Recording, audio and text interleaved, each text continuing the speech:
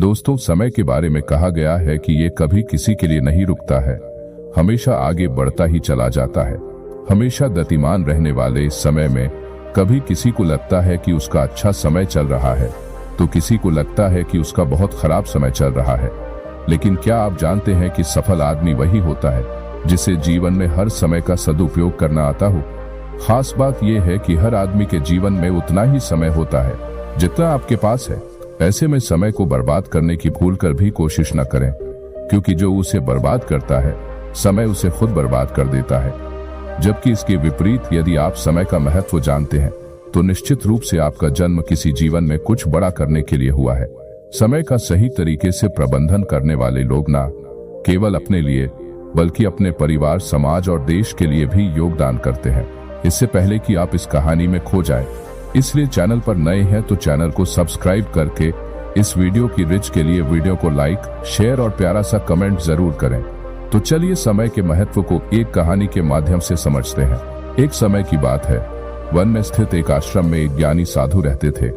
ज्ञान की प्राप्ति के लिए दूर दूर से छात्र उनके पास आया करते थे और उनके सानिध्य में आश्रम में ही रहकर शिक्षा प्राप्त किया करते थे।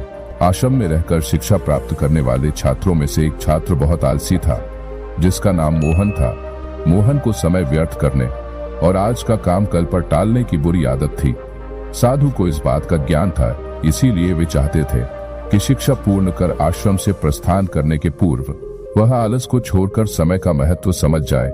इसी उद्देश्य से एक दिन संध्या काल में उन्होंने उस आलसी छात्र को अपने पास बुलाया और उसे एक पत्थर देते हुए कहा, पुत्र, यह कोई सामान्य पत्थर नहीं बल्कि पारस पत्थर है।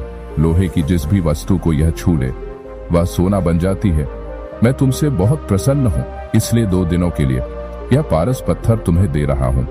इन 2 दिनों में मैं आश्रम में नहीं रहूंगा। मैं पास के गांव में रहने वाले अपने एक मित्र के घर जा रहा हूँ।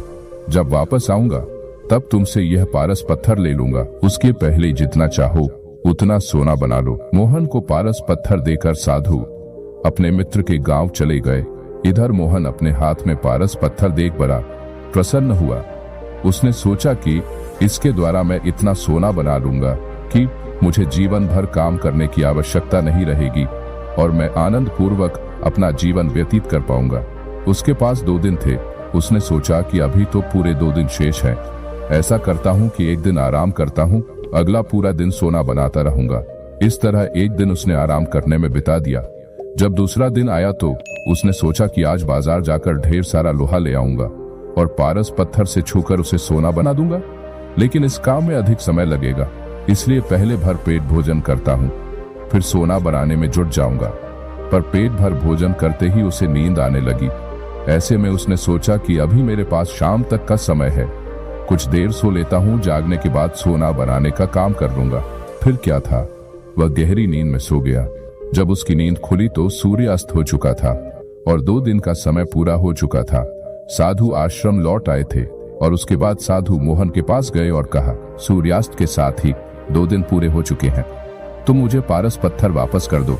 मोहन क्या करता, आलस के कारण उसने अमूल्य समय व्यर्थ गवा दिया था और साथ ही धन कमाने का एक सुनहरा अवसर भी। उसे अपनी गलती का एहसास हो चुका था और समय का महत्व भी समझ आ गया। वह पछताने लगा। उसने उसी क्षण निश्चय किया कि अब से वह कभी आलस नहीं करेगा। तो दोस्तों, हमें इस कहानी से यह सीखने को मिलता है कि जीवन में उन्नति करना चाहते हैं तो आज का काम कल पर टालने की आदत छोड़ दीजिए। समय अमूल्य है, इसे कभी भी व्यर्थ ना गवाएं और याद रखें कि जीवन को पूरी तरह से जीने और टाल मटोल से बचने के लिए आपको सचेत होकर जीना चाहिए। चीजों को सरल रखें और सचेत रूप से चुनें कि आप अपनी ऊर्जा कहाँ लगाते हैं। तो दोस्तों, फिर मिलते हैं ऐसे ही ऊर्जावान प्रेरणादायक कहानी के साथ। जय हिंद।